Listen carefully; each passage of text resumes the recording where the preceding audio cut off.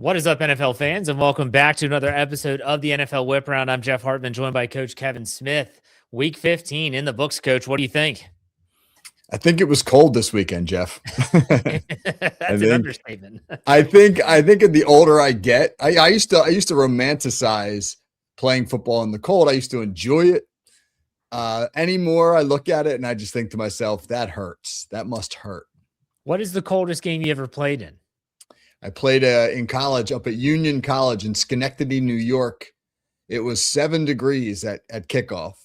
It's the only concussion I ever got in my life. They had the old school AstroTurf, which was basically like felt laid over asphalt, and I took my head ricocheted off of that, and that was a pretty good concussion. So now, as I've always said, if you're running around, at least your body's creating some heat. I think coaching in the cold is an absolute nightmare. You're not moving. You're just now. You might be when you're an offensive coordinator. Are you in the booth or are you down on the field?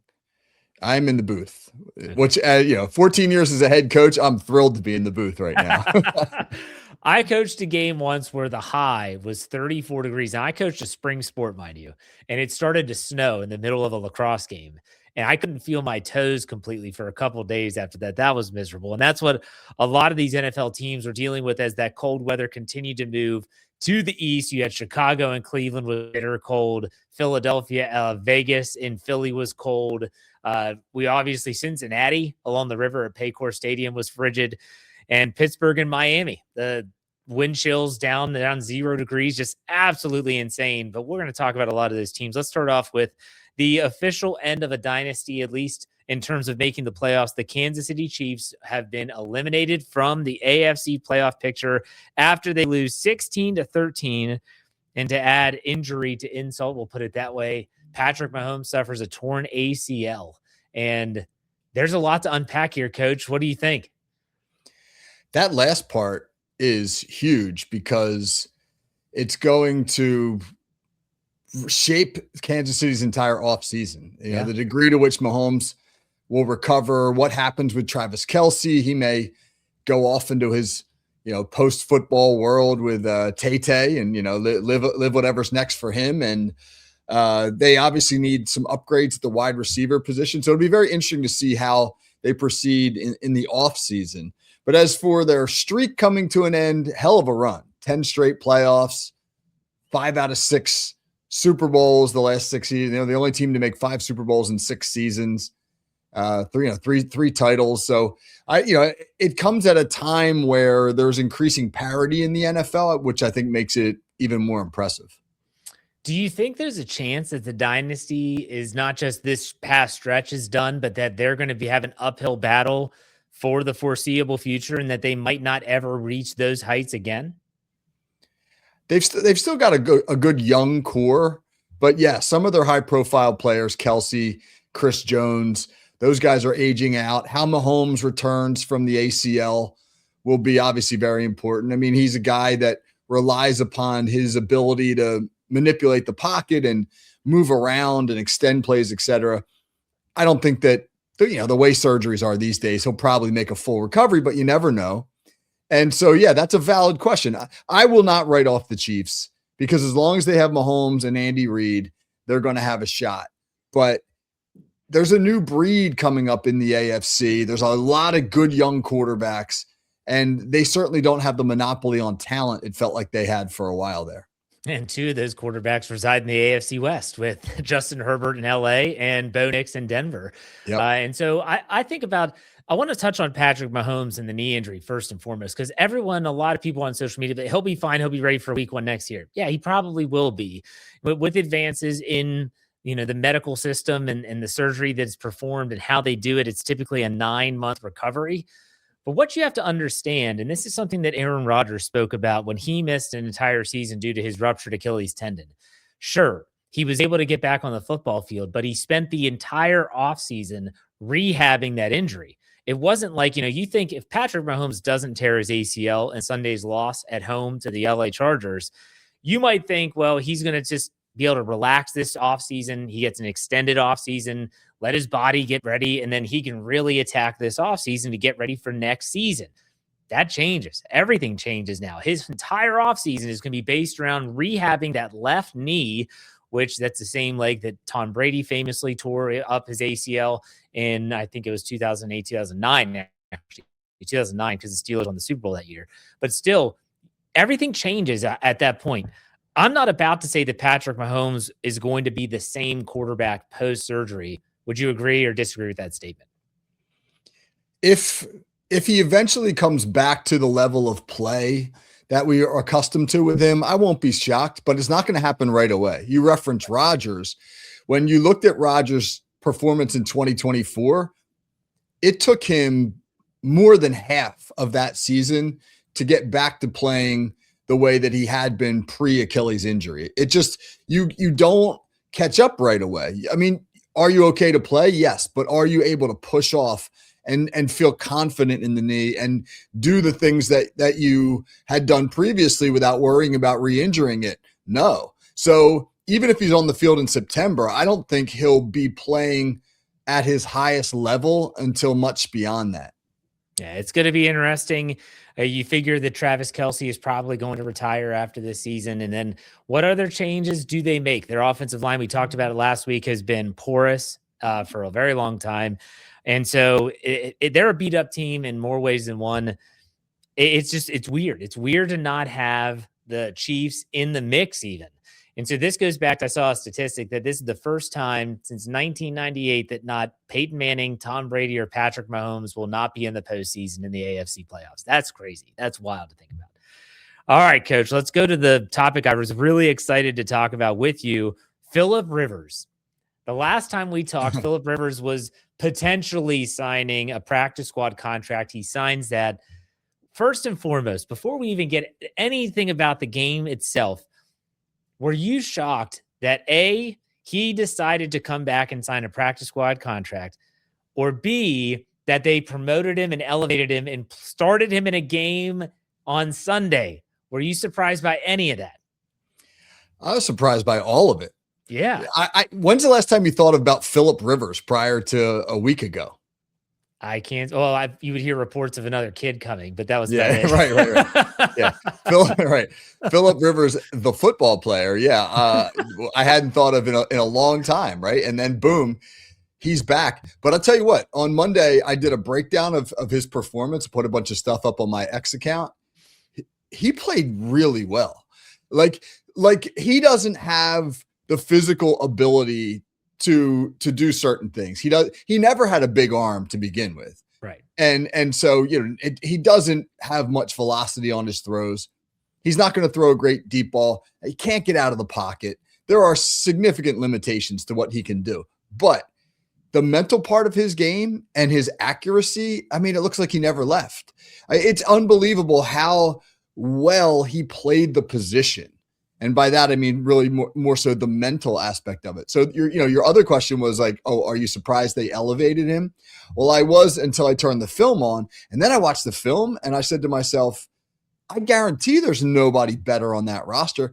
And I guarantee right now, there's at least a dozen starting NFL quarterbacks that he played the position better than at least a dozen NFL starting quarterbacks on Sunday.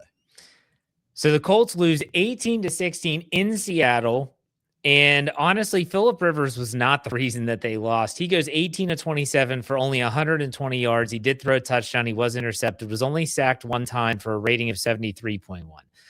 The Colts now, though, are 8-6, and they're in a very precarious situation in terms of where they reside in the AFC playoff picture. We'll talk about that in a second. But do you assume that the Colts are going to stick with Phillip Rivers for the rest of the season?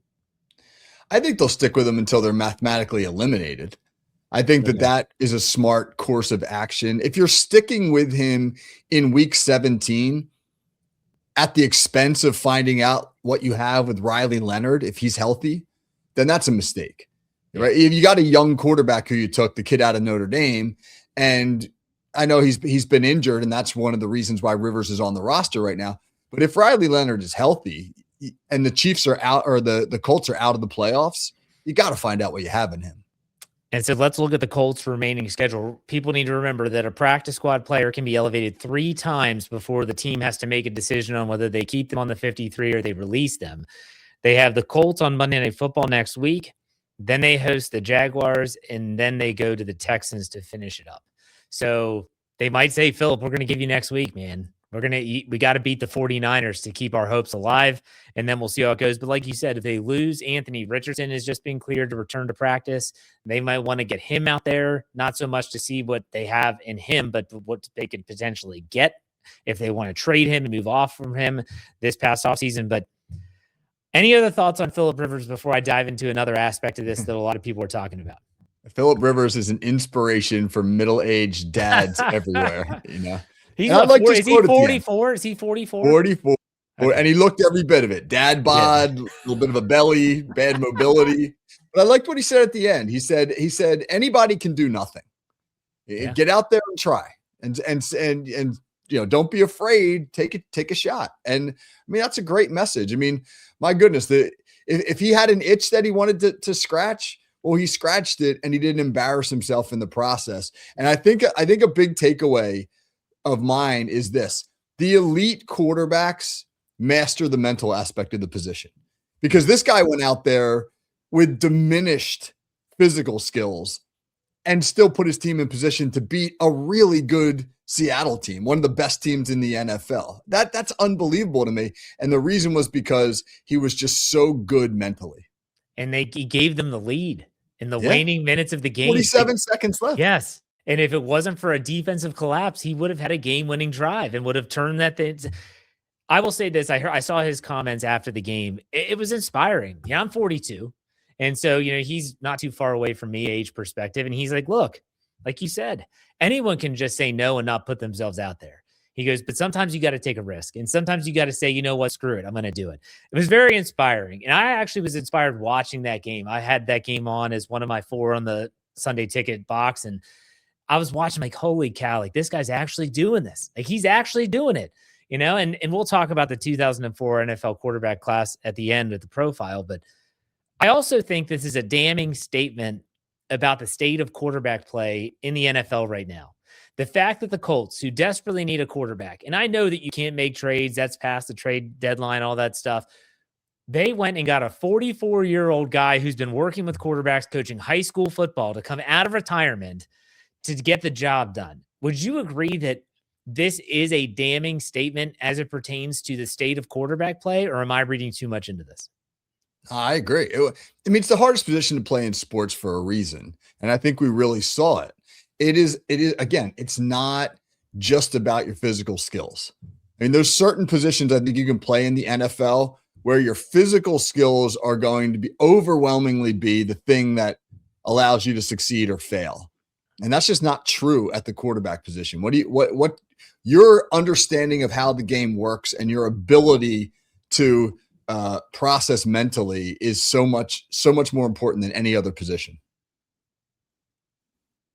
I mean, Tom Brady has really talked about this a lot since he was been put into the booth and he's been more of an analyst. And he says, these young quarterbacks just don't get the mental approach to the game anymore. Do you think this starts in high school, or do you think it's predominantly college and how different college schemes are from the NFL? I think it's a little bit of that. I'll be honest. I don't think that the rise of 7-on-7, which is this, skeleton passing, it's glorified flag football, right? Which now takes place year round. I mean, obviously not in the fall while football is being played, but you got winter leagues, spring leagues, summer leagues. I don't think that helps. I mean, maybe it helps with your ability to throw routes and just the repetition that you need. But standing back there with no pass rush and no clutter and no urgency, I think creates a lot of bad habits and slows guys down, because now when you put all 22 on the field and you have to process that same information in the midst of all that chaos, I think some of the bad habits you build by not having to deal with that adversity come into play. So there's lots of reasons. I think college schemes are a part of it, et cetera. But really, I don't know if young people are gaining the advantage they think they are with all of this glorified flag football they play. Well, some of it seems to be, and you saw Philip Rivers do this on Sunday in Seattle. It's pre-snap recognition. It's being able to identify what they're doing based on motion, based on how their alignment is. Young players just aren't really picking that up. And do you think that again stems from the 7-on-7, or do you think that is just colleges not preparing quarterbacks for that part of the game? No, I agree. And a lot of it's protection. A lot of what Yeah. Rivers was doing was going to the line to make sure that they could protect whatever they had called. You know what? When I had Paul Gunther, longtime NFL coach, on my staff at Ocean City High School, the one thing that I took from Paul more than anything else about offensive football was this: draw whatever the hell you want up on the whiteboard in terms of your passing game. But if you can't protect it, you might as well throw it in the can. The first question he always asked, no matter what route concept, hey, Paul, do you like this against cover 4? Do you like that? How are we going to protect it? Because that is the most important thing at the NFL level. If you cannot keep your quarterback upright, then your offense is useless and he's going to get massacred. And I guarantee 44-year-old Phillip Rivers was really concerned about protection. You know? He got popped one time and I was like, ooh, welcome back to the league, man. Yep. But still, it was great to see him back. We'll talk about that in a little bit. All right, let's go to our third topic, Week 15 injuries. There are a lot of them. You know, obviously we talked about Patrick Mahomes, torn ACL. Micah Parsons, I don't know if it's been made official by the time of this being recording. It's all been, speculated and assumed that he tore his ACL and he's done for the year. You had Devontae Adams re-injure his hamstring. Puka Nacua left that game as well with an injury. I don't know what that injury was, but he was able to return but didn't look right. A lot of impact injuries. Coach, am I forgetting any? You mentioned Christian Watson. I did not. That's right. He went to the hospital. Chest injury, goes to the hospital. And we didn't even get to the weird TJ Watt story. Oh my gosh. Yeah. He winds up in the hospital with a partially collapsed lung after whatever the hell dry needling is. Needling. Yeah. You don't know what dry needling is? I mean, I've been a big fan of acupuncture for a long time. Is it acupuncture related? Similar. You have to find like the areas where the athlete is like feeling tightness, pain, whatever, and then they want to alleviate that pressure and alleviate that inflammation with that needle. And so it's a little bit different, but there's risk involved in everything. And I actually looked it up. I read an article for our website, steelcurtainnetwork.com, and it said that a risk of dry needling, especially in the thoracic area, is potential collapsed lung. So wild. But anyways, continue. What do you think about these injuries? Well, I mean, it's not great for the league because you're losing some of your marquee players as you head towards the playoffs. It really is going now to tax coaching staffs who have to, for example, if you're the Green Bay Packers, Micah Parsons has had a tremendous impact on your defense this year. How do you account for that as they go down the stretch run? And now, they haven't guaranteed themselves a playoff spot yet. If you look at guys like Devontae Adams, I mean, here are the Rams with the best offense in the NFL. They're putting up 40 points a week, it seems now. But with Nacua banged up, Adams banged up, can you reinvent yourself on the fly? Do you trust the guys coming off the bench? Are you going to be able to run the same stuff, or do you have to accommodate for, a lower level player and tweak your scheme as a result? So, you saw with Rivers that the Colts ran a lot of max protections and a lot of quick passing game. Those types of calculations now have to be made to compensate for these star players that are going out. The Packers are the team that I look at and say, like, man, I don't know. Like, they're 9-4-1. They still have a tough schedule to finish out their regular season. They still have to play Baltimore. I think they have another divisional game, obviously, to finish it up. They're in trouble. I watched a lot of that game. Jordan Love did a good job with that defense. And again, you lose Micah Parsons, and he was kind of that joker role for them.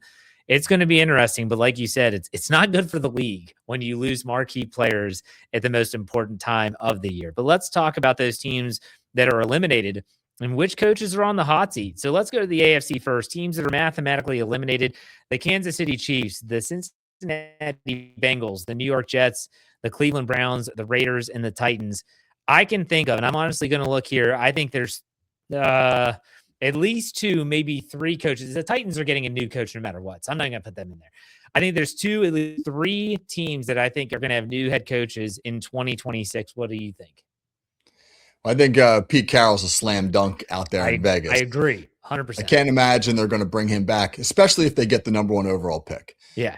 I don't think that they want to let's say they take the Mendoza kid out of Indiana to be their franchise quarterback. I don't think they want. He will be 75 years old next year. They don't have an offensive coordinator because they fired Chip Kelly. It feels like fresh start. Right? Yeah. You thought you were getting a fresh start with Pete Carroll, but that was more like, can we capture lightning in a bottle with this guy? One more run, etc. It'll be interesting to see what happens in Cincinnati. Is Zach Taylor going to survive what really was a bad plan by the front office all along? Hey, we're just going to outscore teams. They made no bones about the fact that they were not interested in defense when they tried to nickel and dime Trey Hendrickson after committing almost 50% of their salary cap to 3 offensive players. And obviously it worked out disastrously. This has been a horrible year for the Bengals. Will Zach Taylor survive that? Because he was set up with a bad hand here, or will they make him a scapegoat? Will they survive the comments made by his quarterback before last game? Did you hear Joe Burrow's presser there? I mean, about how he's not having fun and he doesn't know if he wants to do it if he's not having fun. That's a shot across the bow from an organizational standpoint, is it not? Although they gave him everything that he wants. No, that's my thing, man. You wanted T. Higgins, you wanted Jamar Chase, and we paid them handsomely after we brought the Brinks truck in to pay you. We can't pay everyone. We can't. Yeah, he complained about that, about because when there was talk about Higgins maybe being on the trading block or them not re-signing him, Burrow went to bat for him. Yeah, and they gave him what he wanted. You're exactly right. And I'm not having fun. I mean, I get he's maybe that's a message for the front office there, but it's my reaction to that really, especially after I watched how he played on Sunday, was like, Joe Burrow, shut up and play football, man. You need to be better. You need to be better. I mean, he isn't exactly having his best year. No, 4 trips inside the Baltimore 35 came away with 0 points every single time. I think he's gone. I think Zach Taylor is gone. I think the organization has put so much money into that offense, and seeing them, the way they're performing, hearing what they're saying, I think they're like, we can't do this anymore. And I think they get rid of him. Aaron Glenn just fired Steve Wilkes, their defensive coordinator. I think that's him just saying, we're just going to start fresh next year. I don't think he's going anywhere. The Cleveland Browns situation is going to be very telling to me, and I'll tell you why. I know you're close with Coach Stefanski, and I'm not doing anything personal here. Are they willing to withstand the potential media barrage that is keeping Stefanski as the head coach? Because as he keeps playing Shedeur Sanders, and if Shedeur Sanders plays well, everyone's going to be saying, why wasn't he playing sooner? I was reading about there was an issue with Shedeur Sanders had the wrong wristband on in Chicago on Sunday when he went out there and he wasn't getting the correct plays.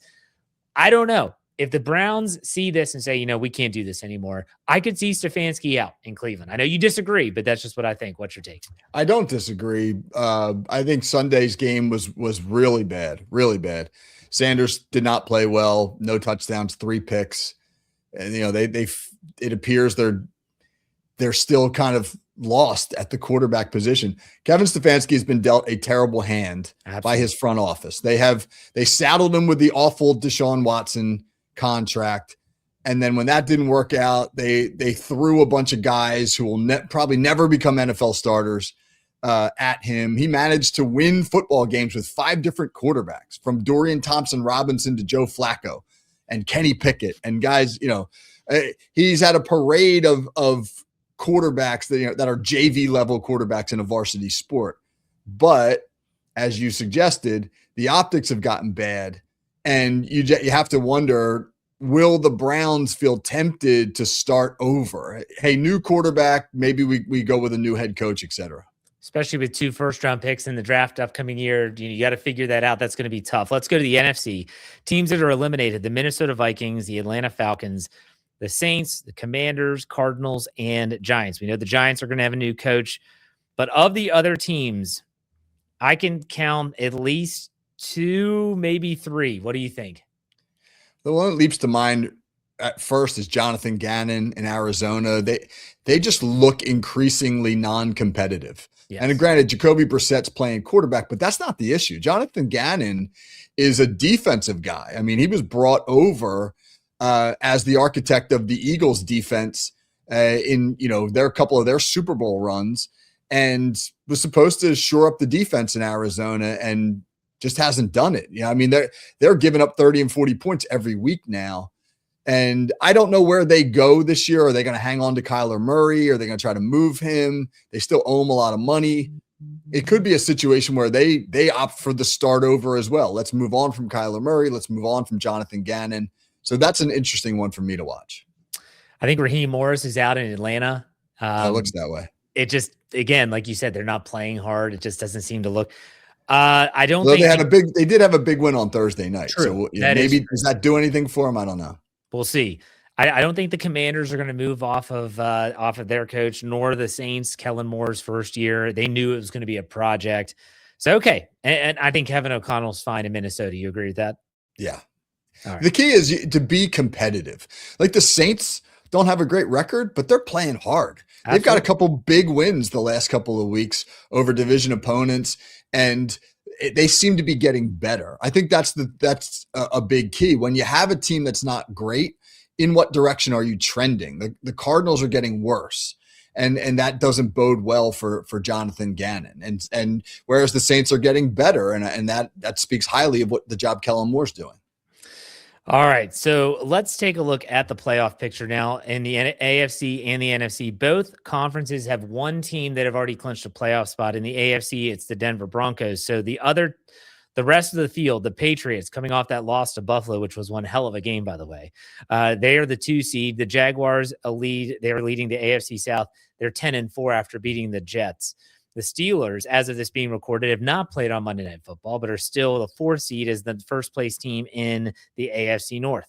The Chargers are 5th at 10-4. The Bills are 6th at 10-4, and the Texans are 9-5 on the bubble. You have the Colts at the 8th spot at 8-6. The Ravens at 7-7, and the Dolphins again have yet to play on Monday Night Football. Coach, what do you think about the AFC side of things? I'm becoming a believer in the Broncos. They really impress me. They're just sound everywhere. The defense puts a ton of pressure on quarterback. You get after the quarterback, you can make your life a lot easier on defense. And then Bo Nix threw for over 300 yards in a big game there on Sunday against Green Bay. But beware the Bills, man. I've been saying it all along. Now with their postseason nemesis, the Chiefs, out of the picture, I wouldn't be shocked if they can put it together this year. I mean, Josh Allen bringing them back from 21 down in the snow in New England on Sunday was really impressive. And it just feels like they're a team, when they're hitting on all cylinders, that's as good as anybody in football. The question with the Bills often is, but when's that clunker coming? Because they throw one of those in every once in a while. If they can get right and be a consistent football team, to me, they're scary heading into the playoffs. Does that tell you more about the Patriots blowing that lead or more about the Bills coming back from that deficit? I think a little bit of both. Okay. I think a veteran Patriots team handles that better and figures out how to hold on. They're still a young, they were a 4-win football team a year ago, and they're still figuring out how to handle some of the trappings of success. What do you make of the Jaguars? They're interesting bunch, but they're winning football games. They are, man. They're like the 49ers in the NFC. Nobody's really talking about them, yet they just keep winning. I don't know until they have a signature win, because they've beaten up on a lot of bad teams. Yeah. So until they go out, they beat Houston on the road, or they beat a Buffalo. Until they do that, I think I'll still have some reservations. But it's been impressive. Liam Cohen is a first-year head coach doing a great job. He absolutely is. All right, let's go to the NFC side of things. Again, the LA Rams are the only team that has locked up a playoff spot already. They're 11-3. The Bears are currently second, leading the NFC North at 10-4. The Eagles at 9-5, coming off of their huge win over the hapless Raiders, are first in the NFC East. They're 9-5. The Buccaneers are 7-7 in the 4th spot. Then we get into the wild card. Seattle Seahawks at 11-3. Then you have the 49ers at 10-4.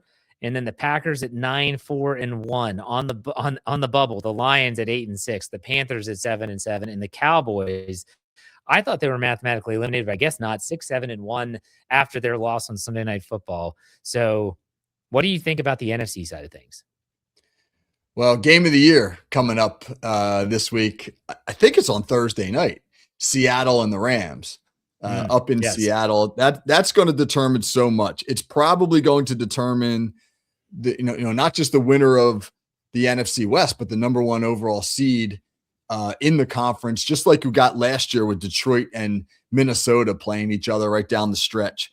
I think that's going to be a fascinating game. I don't know if I have a favorite in that game because it's going to be up in Seattle.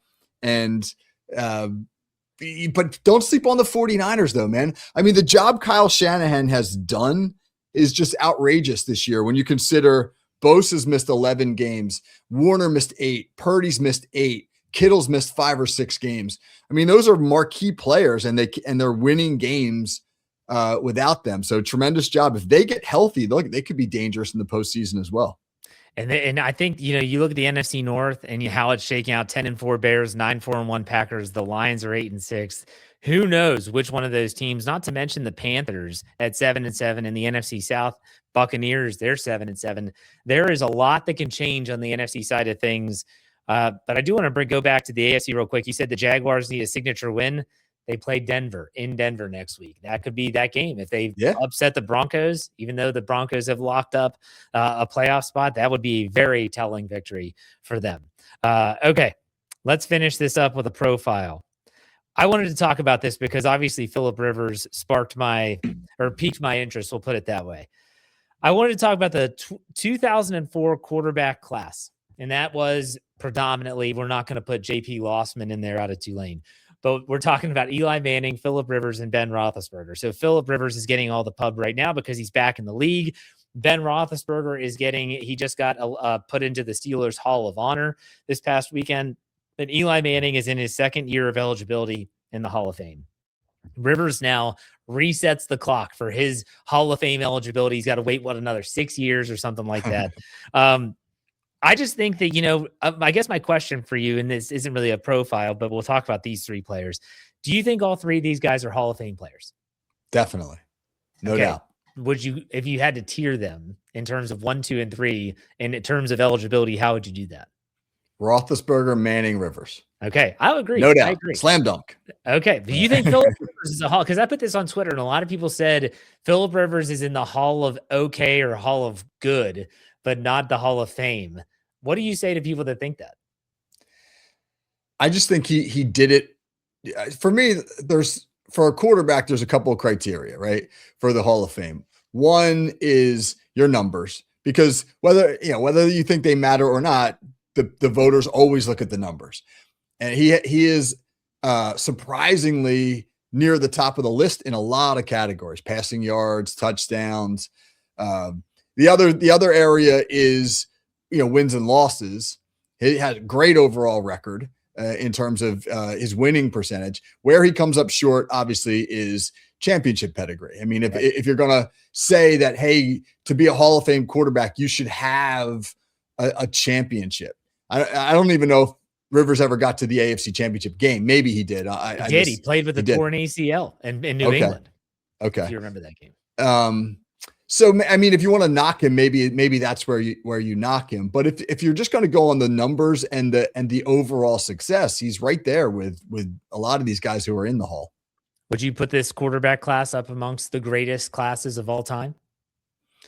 Well, what is it? The 83 class that everybody points to as wasn't that Elway and Elway, Marino. There's one other big one in there. Well, wasn't Jim Kelly in that draft class? Maybe too? Jim Kelly. It might be Jim Kelly too. And that's pretty spectacular. But sure, yeah. I mean, how many quarterback classes produce 2 surefire and maybe 3 Hall of Famers? Yeah. And I mean, you're talking about 2 guys that won multiple Super Bowls too. Right. And Manning and Roethlisberger. So, all right, wanted to bring that up. So no doubt about it. All right, Coach, what's coming up on the call sheet? Yeah, great stuff, man. It's my Whiteboard Wednesday show. Coach Matt Limegrover from out near Pittsburgh area. He's a big time high school coach who runs an offensive line academy. He's coached 10 offensive linemen who have made it to the NFL. He's coming on Wednesday. We're going to talk about instilling a lineman's mentality into football players. How do you develop an offensive line from a culture standpoint, and how do you get them to gel, et cetera? It's going to be a great conversation with Matt. All right. Make sure you check out all of our work at the Steel Curtain Network covering the Pittsburgh Steelers as well. Wherever you get your podcast, search Steel Curtain Network and then steelcurtainnetwork.com for the written word. But, Coach, thanks for another great episode. We'll be talking. Take it easy.